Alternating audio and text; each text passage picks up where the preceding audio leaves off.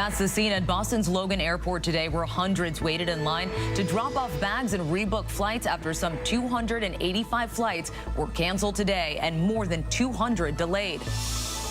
It's part of a winter storm chaos across the country on one of the busiest travel days of the year as temperatures plunge and bitter cold settles in from coast to coast. Drivers facing blizzard-like conditions and flooding in the east, and massive power outages are affecting millions in at least 23 states.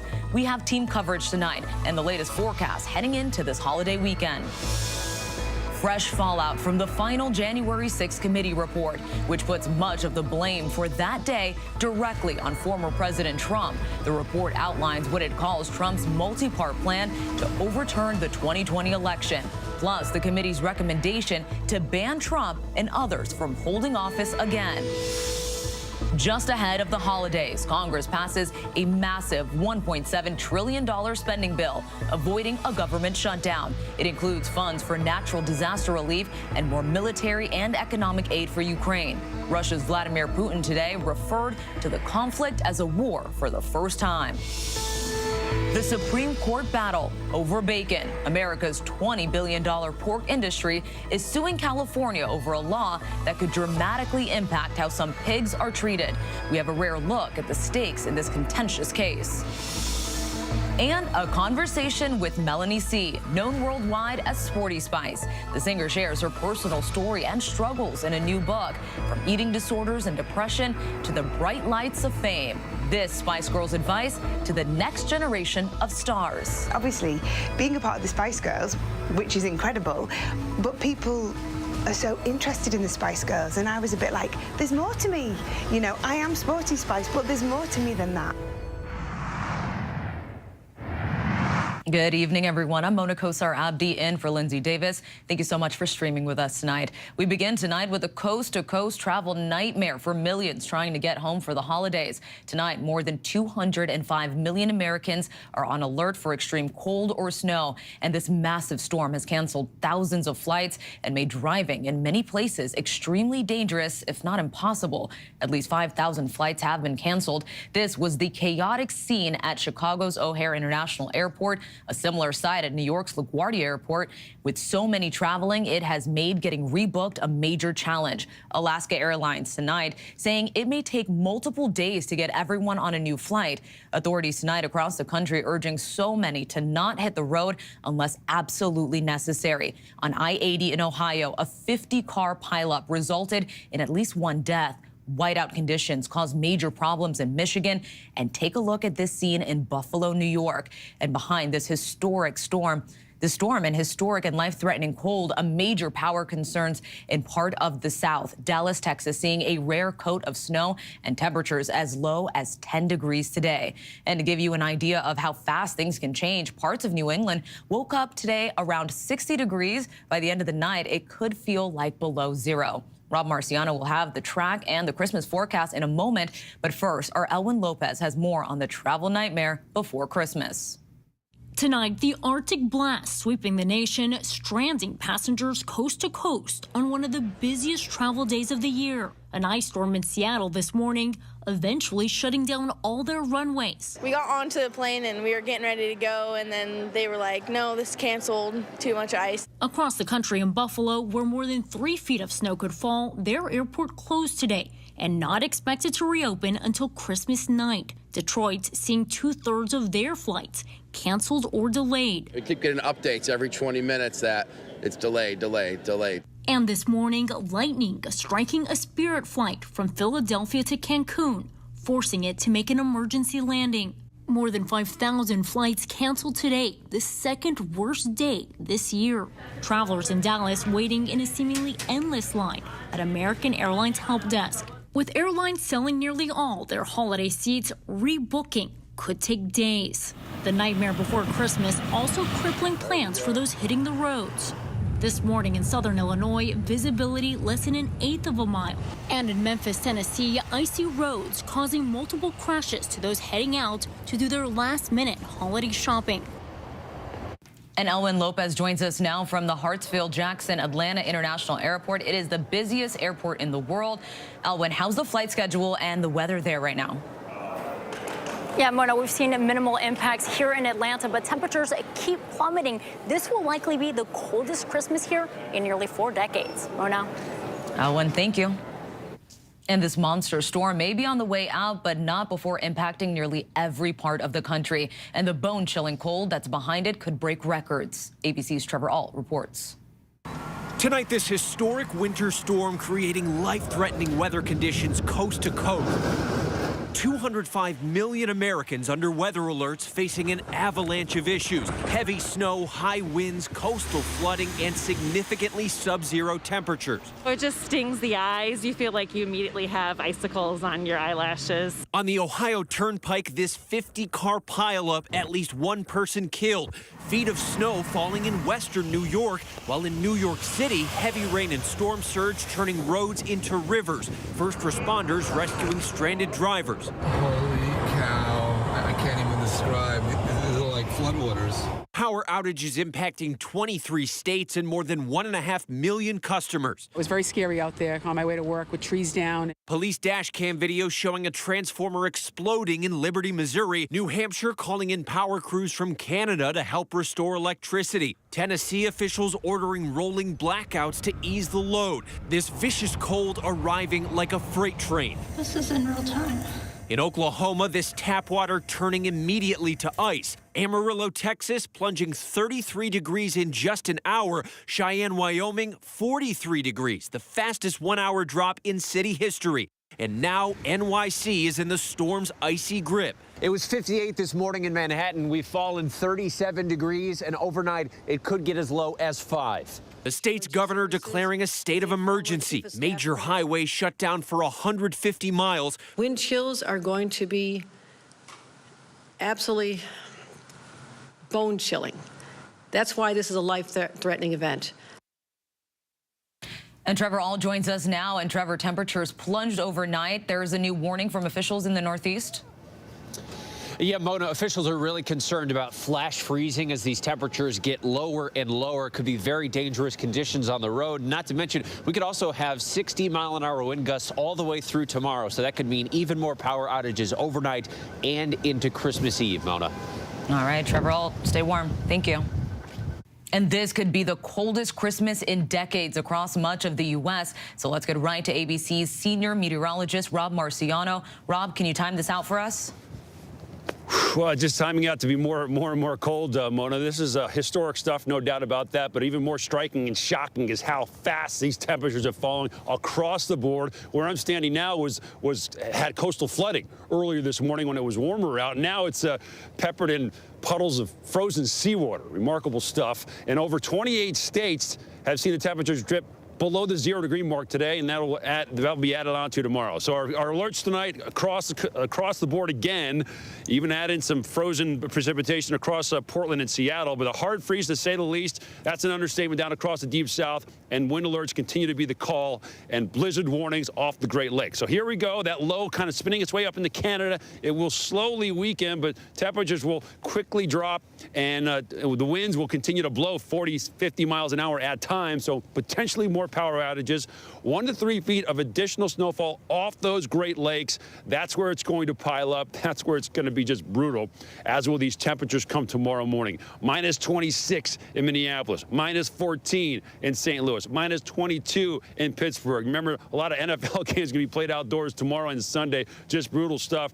These are the wind chills. Look at the actual low temperatures come Sunday morning when, Santa's hanging everything up, getting snuggled into his bed for a long nap. 14 in Memphis, that'll be the coldest in decades. 16 in Atlanta, coldest in decades there. Charlotte, 15, it'll feel like 1 degree. Chicago, you've gotten some of the worst of this. And the warm-up, Mona, after Christmas will be very, very slow. So hang in there.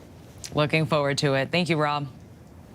And turning now to the January 6th committee, which released its final 845-page report last night, placing blame for the violence and bloodshed that day on former President Trump. After an 18-month investigation, the committee details in its report what it called a multi-part plan to overturn the 2020 election. The report also makes several recommendations, including that Trump and others should be barred from holding office again. Here's ABC's chief Washington correspondent, Jonathan Karl.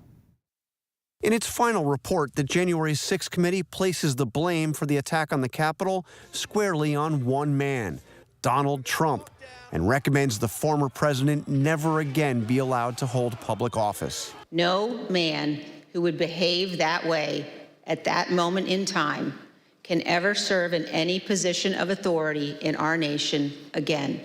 He is unfit for any office. The culmination of an 18-month investigation, the 845-page report describes the January 6th attack as the culmination of Trump's multi-part plan to overturn the 2020 presidential election.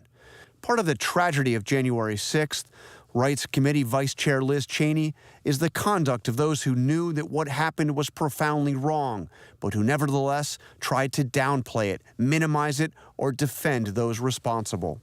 In addition to recommending that Trump and anybody else who engaged in insurrection be disqualified and barred from holding government office, the report proposes changes to the way Congress certifies presidential elections, increased penalties for those who threaten election workers, and several other recommendations. Over 8 chapters, the committee describes Trump's plan, from his constant lies about election fraud that his own advisors repeatedly told him were false, to his and his allies' pressure on nearly 200 state-level officials to overturn election results. When that effort failed, Trump then turned to his most hardcore supporters.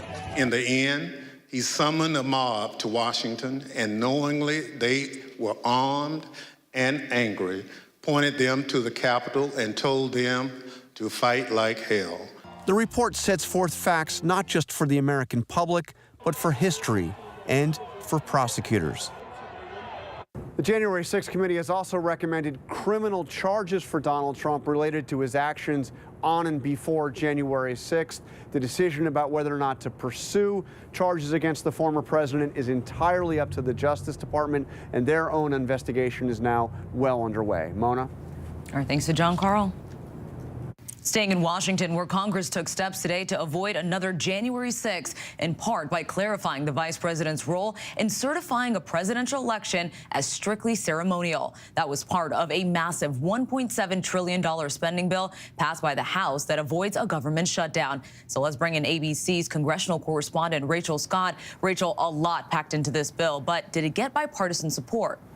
It did get some bipartisan support, Mona, and there was actually strong bipartisan support to make changes to the Electoral Count Act, which is the very law that Trump tried to exploit on January 6th. And so these revisions make it crystal clear that the vice president's role is completely ceremonial when overseeing the counting of electoral votes. But all this, as you said, part of that $1.7 trillion package to fund the government, which also included $45 billion in aid to Ukraine. That's more than the administration asked for. $858 billion in military spending, including a pay raise for troops, and $40 billion in disaster aid for hurricanes, flooding, and wildfires. Only 9 Republicans in the House joining Democrats to pass this legislation, and their party takes the majority in the House in just a matter of weeks, Mona.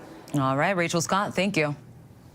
As RSV and flu cases appear to be on the decline, COVID is once again on the rise here in the U.S. Experts warn that COVID infections could also get higher after the holidays.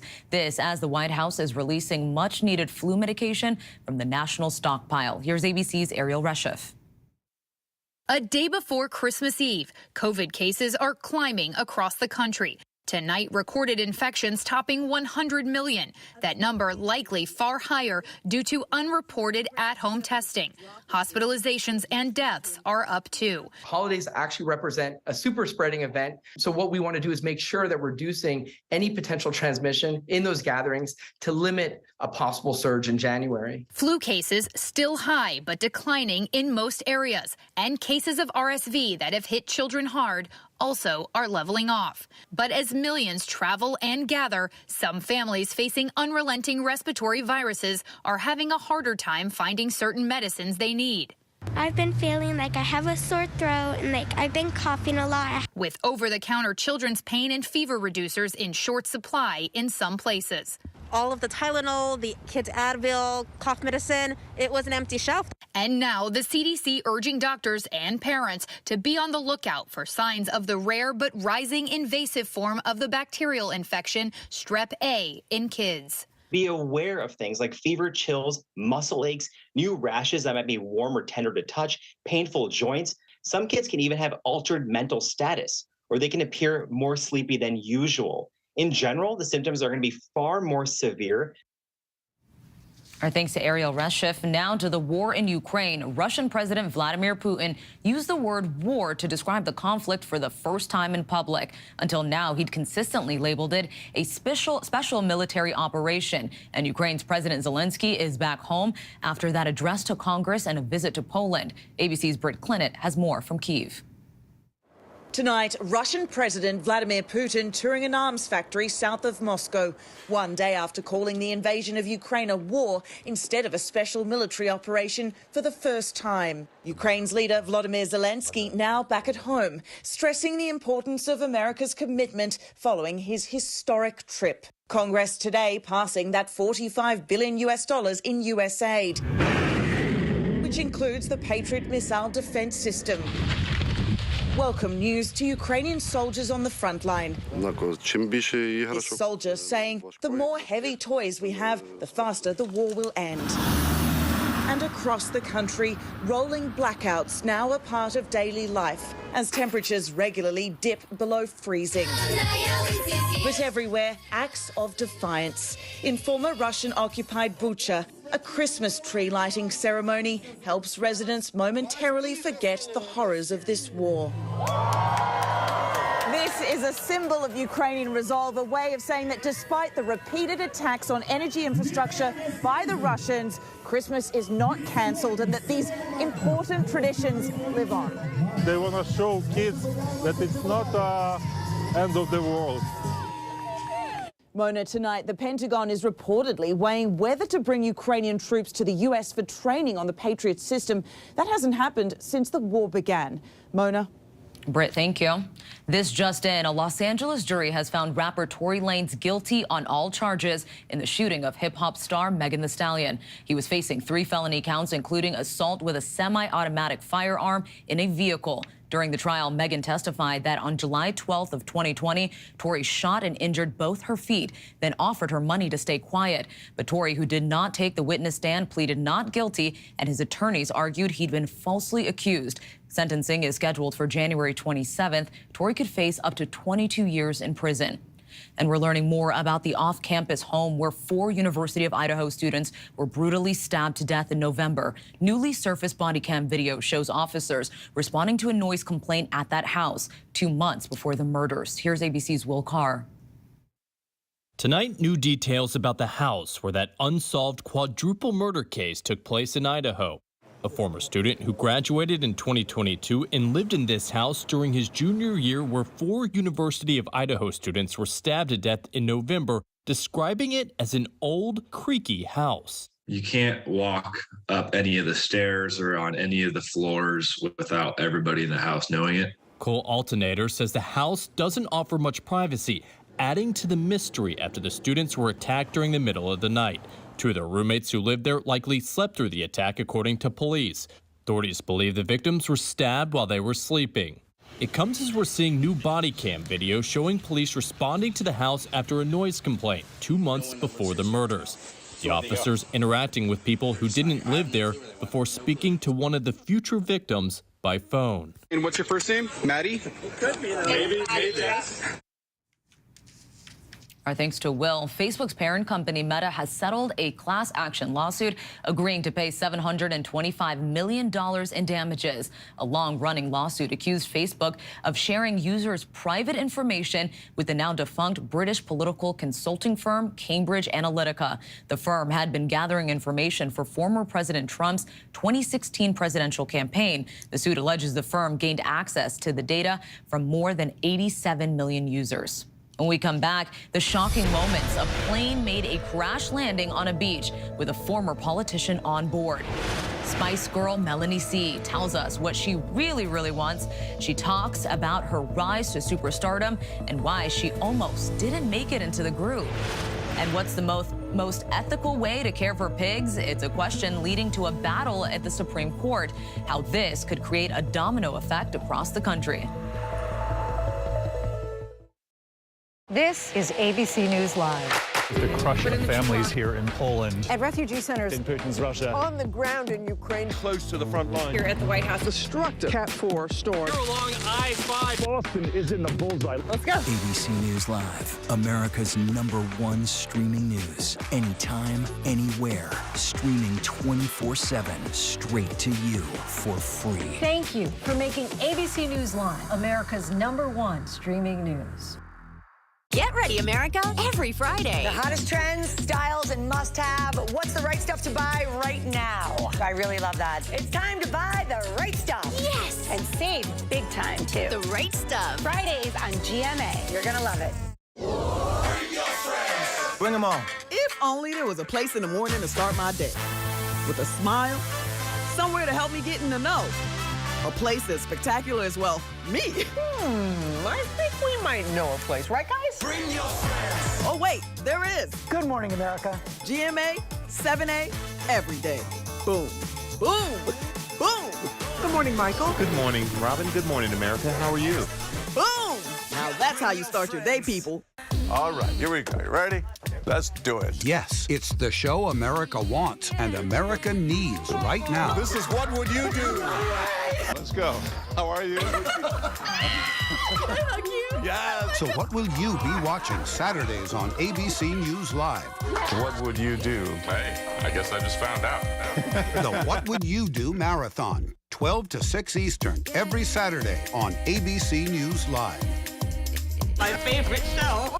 With so much happening these days, it's hard to keep up. Things change hour by hour, minute by minute. The historic weather that's now unfolding. The worries on Wall Street. We're bringing you the Right Now. Been a nationwide teacher shortage. The Right Now look at the day ahead. An alert this morning for dog owners and the key takeaways from the biggest stories. World News Now and America This Morning, America's #1 early morning news. Today does feel a little different. Early mornings on ABC News Live. With so much at stake, so much on the line, more Americans turn here than any other newscast. ABC News World News Tonight with David Muir, America's #1 most watched newscast across all of television. So, what's good to read? And we mean really good to read right now. Well, that's where Charlie and Kate Gibson can help. Join us for the new podcast series. It is called The Bookcase with Kate and Charlie. We will make sure you love what you read. Listen wherever you get your podcasts. As of today, in a big way, we have inaugurated abcnews.com. A lot has changed in our world since Peter made that announcement. But what hasn't changed is the commitment to groundbreaking reporting and innovation at abcnews.com. And here's to everything ahead. A former Santa Monica mayor was killed when a small plane crash landed and flipped over near the city's busy pier. The FAA says the aircraft had just taken off when the pilot reported engine trouble. The pilot survived, but former Mayor Rick Minter died. He served as mayor in the 60s and went on to become a judge. The NTSB is investigating. A battle over bacon has headed to the U.S. Supreme Court. The nation's $20 billion pork industry is suing the state of California over a law that could dramatically change how farmers are allowed to treat pregnant pigs. It could have a major impact nationwide and on the prices we pay for pork at the grocery store. Our Devin Dwyer got a rare inside look at the stakes in the case and has the story from Minnesota. This is the birthplace of bacon. Boy, they're active now. They know we're here. Row after row. These sows are probably weighing 450 to 550 pounds. Mother pigs giving birth and nursing newborns. Commodity pork raised on large commercial farms like this one is a critical part of the nation's food supply. These pigs would have been born just last night. Third-generation pork farmer Mike Borboom showed us around his family farm in southwest Minnesota. So you can hear the baby piglets squealing. A labyrinth of barns and birthing areas where 4,000 sows deliver 100,000 baby pigs a year. This is our 8th time giving birth to a litter. That's enough pork to feed close to 500,000 Americans. And once they're pregnant, you put them over here. That's correct. Then they go into open pen gestation. The treatment of pregnant pigs at farms like Borboom's is at the center of a high-stakes Supreme Court showdown, pitting pork farmers against California.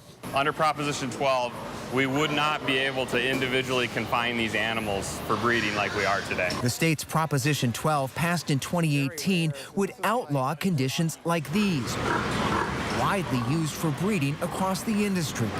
Well, in addition to the extreme cruelty, it's a human health problem. When you confine animals in these terrible conditions, it is a breeding ground for viruses. Backed by animal welfare groups, Prop 12 would ban the sale of all pork from sows confined to crates and crowded group pens like this one, where they live until they give birth. Most American pork is raised this way. Why do farmers use it? It's maximizing profits over welfare and over human health. It's about confining as many animals as you can and churning out as much product as you can. We've been raising pigs in confinement for 40 years. I think to eliminate gestation stalls completely would be a step in the wrong direction in terms of treating that animal with respect. This is a pen of pregnant pigs. They have about 20 square feet each here. Prop 12 would require them to have 24 square feet, and the owners here say that would cost millions of dollars to achieve. California's law, which is yet to take effect, would have the biggest impact in other states. California consumes around 13% of all U.S. pork, but only produces 1%, importing most meat from states like Minnesota and Iowa. These are called hoop buildings right now. Jerry Coelho raises just a few hundred pigs on a small farm in Riverdale, California. This is a gestation crate, but she can come or go as she wants. Whenever she wants to go out, she can. They're fat and sassy. They're doing well. His farm complies with Prop 12, but he says it would be difficult and costly for most large farms to upgrade. And he worries about inflation. If you want to all of a sudden cut off pork supply coming into California or make it so much more expensive for the average guy wanting to buy bacon for 20 bucks a pound, I don't think that law was well thought out. The pork industry calls Prop 12 potentially catastrophic, both for farmers and consumers, especially in California. Even if it's only 25 cents a pound or something, that adds up to quite a bit over time. The Constitution's Commerce Clause says states can't pass laws with excessive impact on business and trade of other states. And pork producers say Prop 12 does just that. You don't have to sell in California.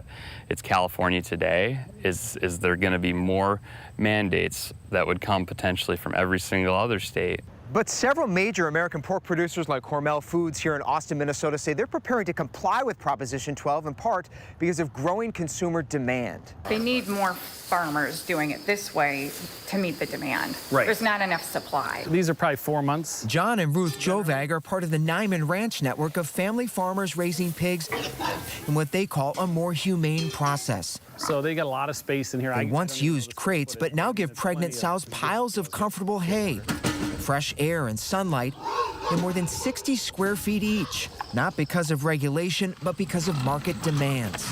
Why do you think the consumer wants this kind of pork? I think they want healthier food, and they want to know kind of where it comes from, how it's raised. You know, if they were packed in, that creates more anxiety, I think, if they're packed in. Is it realistic for every pig farmer in America to do it how you're doing it?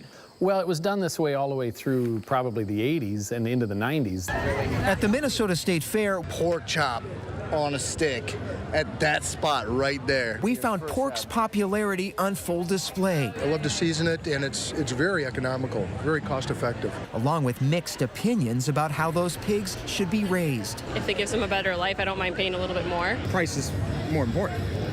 Just all depends. The average American consumes more than 50 pounds of pork a year. And while humanely raised meat is growing in popularity, the industry wants the Supreme Court to let companies, not California, decide what's best. With California making those rules affecting us as Minnesotans, Minnesota pig farmers, we don't get that seat at the table. They say it's really just about what's being sold in their state. If we want to sell our pork into their state, we have to adhere to those regulations. The impact could be less pork, right? Or else more expensive pork. neither of which is good for consumers. More than 60% of California voters approved Prop 12, convinced cruelty exists here, and that pork farmers can and should change their methods. So you're saying this condition is better for the pig?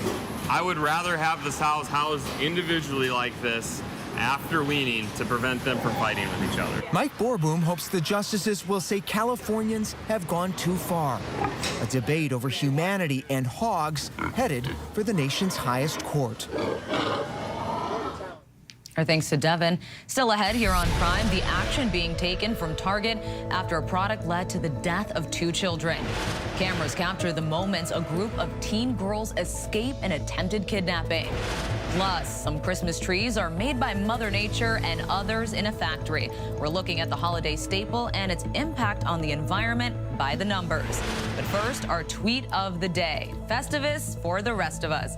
Seinfeld star Jason Alexander wishes us all a happy Festivus, a nod to the fictitious holiday that came to be on the iconic sitcom About Nothing.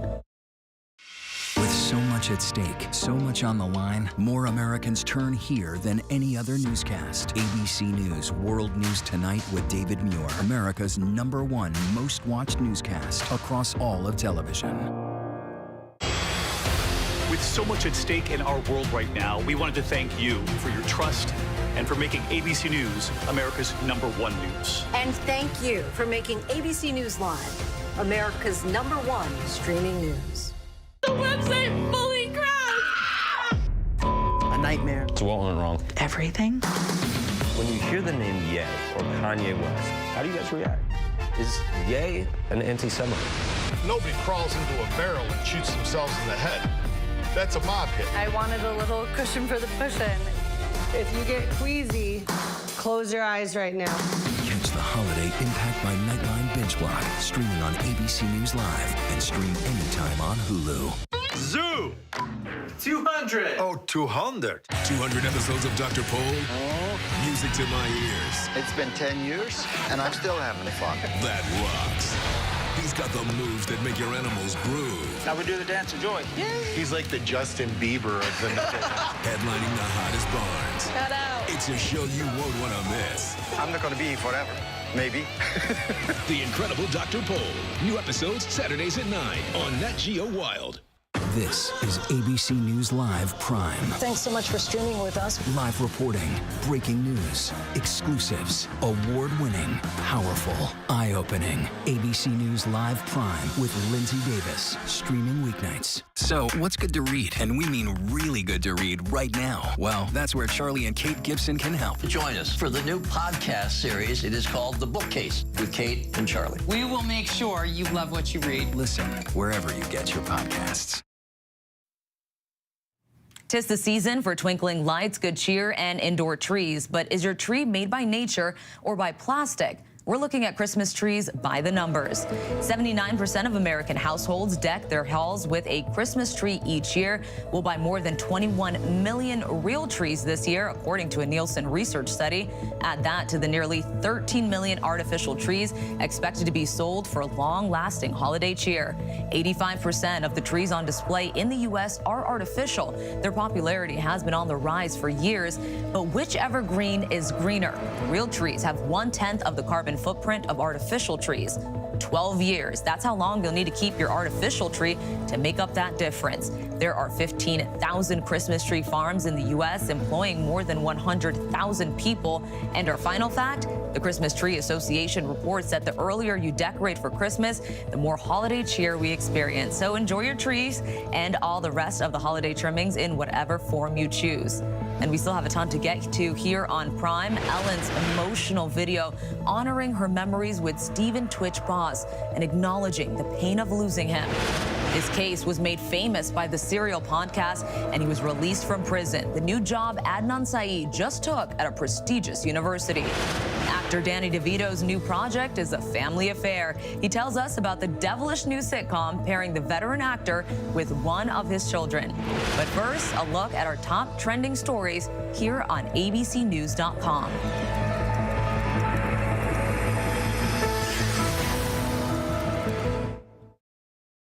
So much happening these days, it's hard to keep up. Things change hour by hour, minute by minute. The historic weather that's now unfolding. The worries on Wall Street. We're bringing you the Right Now, but a nationwide teacher shortage. The Right Now look at the day ahead. An alert this morning for dog owners and the key takeaways from the biggest stories. World News Now and America This Morning, America's #1 early morning news. Today does feel a little different. Early mornings on ABC News Live. This is where I belong. This is home. Real dirt in the sunlight again. I'm very excited. Anything could happen at any moment. My heart is so happy right now. We're making magic. We're making magic.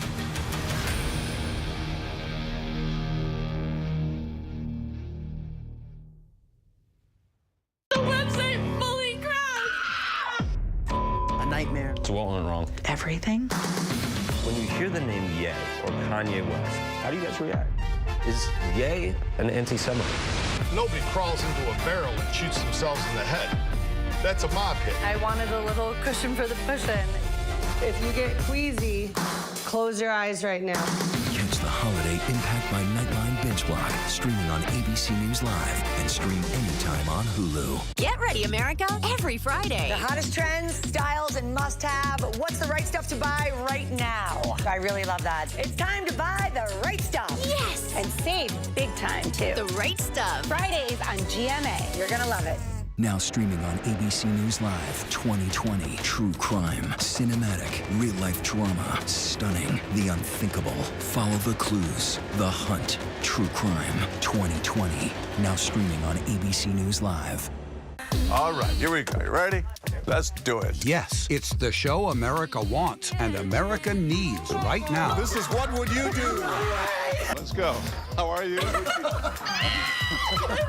Yes. So what will you be watching Saturdays on ABC News Live? What would you do? Hey, I guess I just found out. The What Would You Do Marathon, 12 to 6 Eastern, every Saturday on ABC News Live. My favorite show.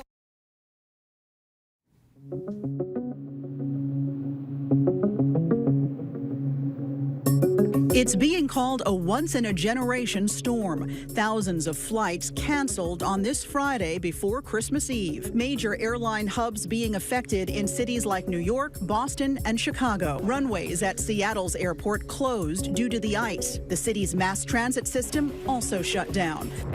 The storm bringing blizzard conditions to the Midwest, while damaging winds knocked out power to over 1 million customers from Texas to New England as temperatures plunge.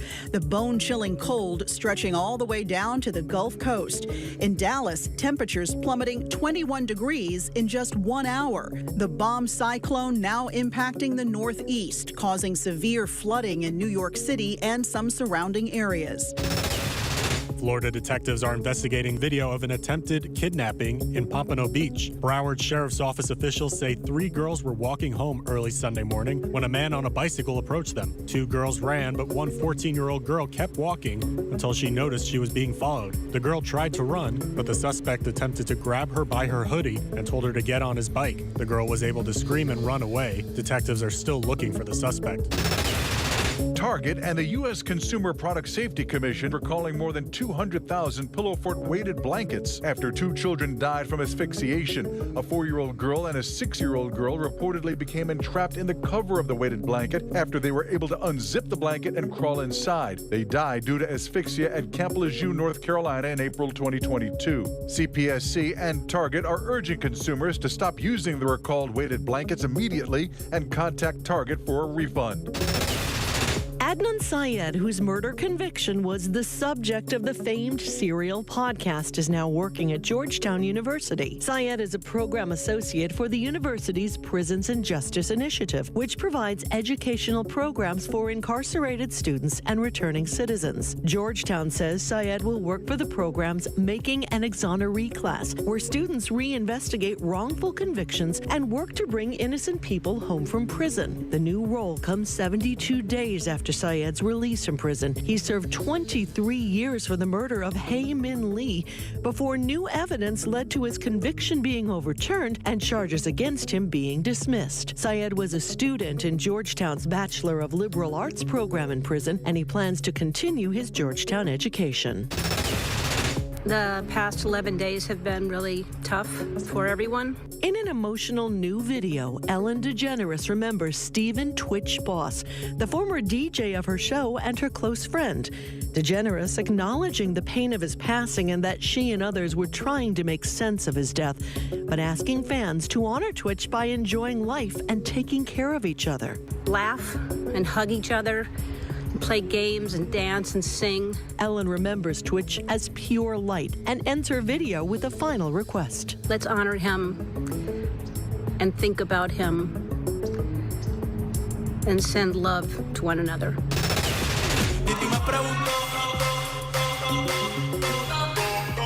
It's a Bad Bunny Christmas in Houston. This elaborate display of lights and decorations operates to the beat of Bad Bunny's Titi Me Pregunto from his latest album, Un Verano Sin Ti. The homeowner puts up an annual display during the holidays, with this year's theme specifically requested by his daughter. The song won 2 Latin Grammy Awards and was one of the 5 most streamed songs on Spotify in 2022. We're tracking several headlines around the world. Protests in Paris after a shooting at a Kurdish cultural center left 3 people dead and 3 others wounded.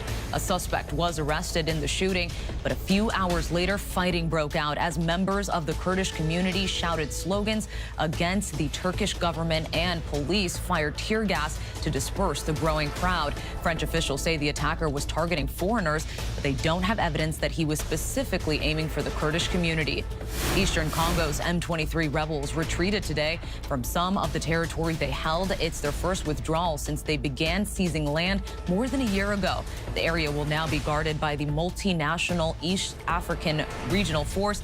The new protectors are telling citizens who fled the M23 that it is now safe to return home.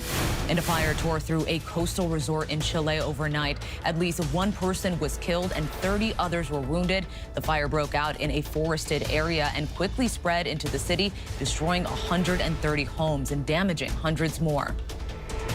Keeping it all in the family, veteran sitcom star Danny DeVito is channeling his devilish side for an all-new animated short but not kid-friendly series. Opposite Danny is his daughter, Lucy DeVito, who is literally playing the spawn of Satan. In the show, the two hope to prove that the underworld isn't all doom and gloom. Sometimes it's about making memories, too. Our Will Reeves sat down with the father-daughter duo. So my fun fact that I share with people when I need to share a fun fact, which I guess would be a context like this to break the ice, is I was a voice in an animated movie in 2007. It was a thing my dad directed. It was called Everyone's Hero. I think Billy Crystal played a talking baseball. Oh, okay. And, I wonder for you what it's like doing voice acting. It's a lot of fun. This is the metaphysical realm. Fancy. Hipsters call it the fringe, which makes me want to punch a hole in my face. It's like the central hub for all unearthly realms. Think Port Authority, but with much, much, much more urine and fewer bomb threats. It's just like the way you approach doing a movie or anything, you're still doing a character. In my case, I'm doing Satan, which is like something that I was born to play. And then, of course, Lucy, being my daughter, playing the Antichrist, which... Another part I was born to play. Yes. In real life, though, your father, not Satan. No. You, not the Antichrist. Your mother, not the Antichrist either. But your parents are sitcom veterans, sitcom legends. What is your experience being in this world, working with your dad, doing this new thing in a new medium for you? Growing up with both of my parents, I was raised basically on the set of Cheers. Both of my parents have such a great sense of humor. I love to see a woman who isn't afraid to take her luggage out for a drink. Grew up with the movies and television. I've learned a lot from him, but, you know, we've also, work on the story together, and we're able to, pitch things, and we work with, a real collaborative group of individuals, the writers, and my brother is a producer, so that's part of the family-ness of this show. What's the parent-child relationship like between Satan and the Antichrist? A toast before you head out. to my frickin' amazing daughter. Oh, well, thanks, Dad. This is another story. See, my wife, or the woman of my baby mama, the one who had the baby who I impregnated, was Aubrey Plaza, who plays Laura. That's a whole other story. It's another element. This is like, for 13 years, she's been hiding the fact that I had a child. I knew I had a child, and I looked for the baby, Satan. Right. We're in the show now. Yeah, we're in the show now. This is... And finally, when she was 13 years old, circumstances that are revealed in the first episode gave me a signal as to where they were. It turns out they're in Delaware. Yeah. You know, and so, you know, and I do find her. And then my dilemma, of course, my want is I really want her to be able to spend time with me. Lamo! This is I, Satan. In case you get lost, some losers try to mess with you, you fall in the toilet, just push, and poof, I, Satan, will appear. Meanwhile, Chrissy is, you know, a 13-year-old girl, like, on the cusp of, you know, maturity, trying to be a normal kid and fit in, you know, middle school in this new town. And she finds out that she's the Antichrist and that her father is Satan and now wants a relationship with her. In the show, I mean, as Satan, I want to bring my offspring into the other realms and show her the things that I have to deal with. I have to navigate beasts and other demons that are trying to vie for my position, which is it's sort of like show business, you know? Right, exactly. Like show business. It's animated, but it's not a kid's show. No. At all. Not at all. No. Not at all. No, it's for adults. I recommend you keep the kiddies away from it. What drew you to the role of Satan? Lucy called me. I was doing something somewhere. I don't remember where. She said her friends have this idea for this animated show, and they thought that you should. And I heard, oh, I'm gonna get to play Satan. I mean, if you were to cast Satan, wouldn't you just I'd guess call him? Yeah. I'm sure you do a great job. We'll leave it that way. I guess broadly, what do you hope that folks take away from this show? Well, first of all, it's fun. It's got to be fun. You got to have a good time. It's really like outrageous. It's like the comedy and the situation of the family and all that is all underneath it. So basically, just have a good time and keep it away from the kids. That's it. Does that mean I don't have to listen to anyone? Look at that guy. He's got a bird head and he craps bubbles. I thought that was pretty cool. What's your name, by the way? Christina. Of course she named you that. You guys make a great Satan and Antichrist. Yeah, thank you very much. Thank you very much. Yes. All right, thanks to Laurie for that conversation. Well, her rise to fame helped shape a generation of girls. Mel C went from an unknown performer to a member of one of the most iconic bands of all time. Now, the songstress, known globally as Sporty Spice of the Spice Girls, is getting real and raw, sharing her story like she's never has before in a new book. Our Lindsay Davis sat down with the singer to talk about her journey to the top, the internal struggles along the way, and her advice for any wannabe stars who hope to make it someday.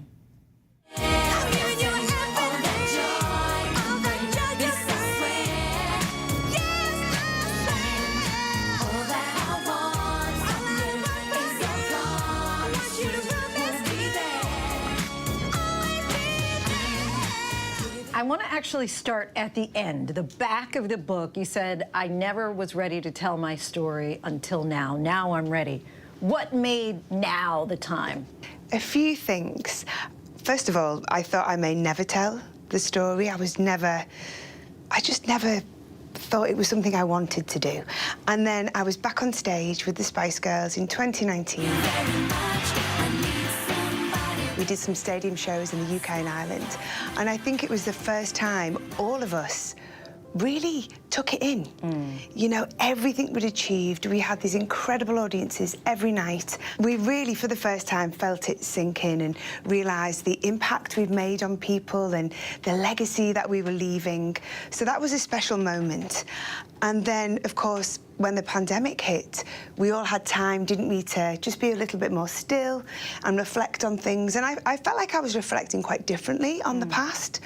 And I thought, you know what, this is a really interesting story. there's a lot there. And you've said that this isn't necessarily a self-help book, but you hope it's a shoulder to cry on. Explain what you mean and what you hope readers will take away. Yeah, you know, I have had some issues in my life. You know, I've battled with eating disorders and depression and anxiety, and sadly, I know lots of people experience these things. And when I was suffering, I felt very alone and very isolated. And often if I heard people talking about their own experiences with that or reading about it, it helped me. And I just knew if I could be open and be really honest about it, that people would identify with it. And, you know, these things, when they happen to anybody, they're incredibly painful, and you really don't want that pain to go to waste. Let's go back to Melanie as a little girl, right? And you always had this fire, right? And you had already even written in your notebook early on, Melanie C's superstar, or something to that effect. Yeah. And so what was your vision, and when did you really think, wow, this is gonna happen? Well, you know, it just sounds horribly precocious, but yeah, that was me as a kid. I found passion for performing really early on. My mum's a singer. I idolized her. She was so glamorous and fabulous, and I loved being on a stage, and I decided that's what I wanted to pursue. And I went to Performing Arts College when I was 16, and I studied musical theatre for 3 years, but really wanted to work in music. And then I went to an audition for a girl band. That band went on to become the Spice Girls, and as soon as the But there was a little hiccup, right? Because you were sick during the auditions. Yeah. But then got the call back. Yeah, so it was crazy. So I had a call back. I had tonsillitis. I couldn't even speak, let alone sing. I begged, or got my mum to beg, because I couldn't make a sound, for me to have another chance. And they were like, no, sorry, this is the date. You know, we picked the 5, that's it. You thought at that point the dream is dead. That's it, it's over. The thing I thought was going to be the one, and it's done. Luckily, a couple of weeks later, I mean, you know, sadly not for this particular girl, but they just didn't feel like one of the members was working out. It was a good dynamic. So I replaced that particular girl, and there was no baby Spice at that point. There was another girl. And then through these few different shifts and changes, once Emma came into the band, something happened, something clicked, and this energy was really magical. And it was that moment that I thought, yeah, this is it. If you wanna be my lover, you gotta get with my friends. Make it last forever. Friendship never ends. If you wanna And when Wannabe came out and you guys became just, you know, these global sensations, were you appreciating it in the moment, or was the glare of fame and celebrity so almost suffocating at that time? Yeah, I think that's the sad thing. And whenever I see young artists now kind of in the eye of the storm, I'll say, try and take it in, because I mean, you're loving it, you're living it, it's incredible, but you're trying to deal with this whole new world you're in, and the pressure is immense, and the schedule is immense, and you're traveling, and it's time zones, and it's exhaustion, and adrenaline, and all these things. So it's really, really hard to be in the moment. You're in survival mode. And I think this is why you see so many reunions of bands, because to get the opportunity to go back and relive it and truly appreciate it is so special. What would your advice be? And you kind of shared that a moment ago when you talked about, you know, just enjoy it for somebody who's in the throes of the success. But for somebody who's an up-and-coming, you know, young girl who has that same fire in the belly that you had to perform and sing. The beginning is the most fun bit, because you're so full of optimism and ambition, and you just don't know what's going to happen. And myself and the other Spice Girls, whenever we get together, we always reminisce to the really early days. But I would say to any young people, you know, follow those dreams, but really listen to yourself, be true to yourself, you know, trust your instincts. And talk to us about that transition, because Sporty Spice was so, you know, profoundly known, but at the same time, you kind of wanted Melanie C to have her own identity as well. Yeah, I think that really came about after we toured in 1998, and Victoria and Melanie were having babies, and they went off, and it was a natural time for us to have some time apart. And I was really keen to embark on a solo career and get in the studio, express myself as an individual. And it was at that moment I started to feel frustrated, because obviously being a part of the Spice Girls, which is incredible, but people are so interested in the Spice Girls, and I was a bit like, there's more to me. You know, I am Sporty Spice, but there's more to me than that. So I think for a few years I really rebelled, trying to prove a point, which, you know, was a bit of a waste of time, because now I've come back and I fully embrace being sporty, and I'm so proud of everything I do with the Spice Girls. Right. And as just you, you're continuing to have success. What was it? I think Spice Girls sold 100 million records, but you as an individual, you've sold 20 million. And so what's next for you? Oh, well, hopefully more of the same. You know, I feel so lucky in my career. I've had so many great opportunities in music, TV, radio. I've worked on the West End. I'd love to get onto Broadway, which would be lovely. And just more music. I started DJing a few years ago. So I just keep busy, and all these great opportunities that come to me, I just grab them with both hands. All right, thanks to Lindsay Davis. Her backflips were always iconic. You can pick up Melanie C's book, The Sporty One, My Life as a Spice Girl, anywhere where books are sold. So forget destroying sweaters. This time of year, it's all about blinging them out. ABC's Will Gans went to a thrift store for a crash course in scoring some exceptional, ugly Christmas sweaters, and why doing it secondhand will earn you a spot on the nice list. Can I ask how long this creation took to put together? A night. One night? Yeah.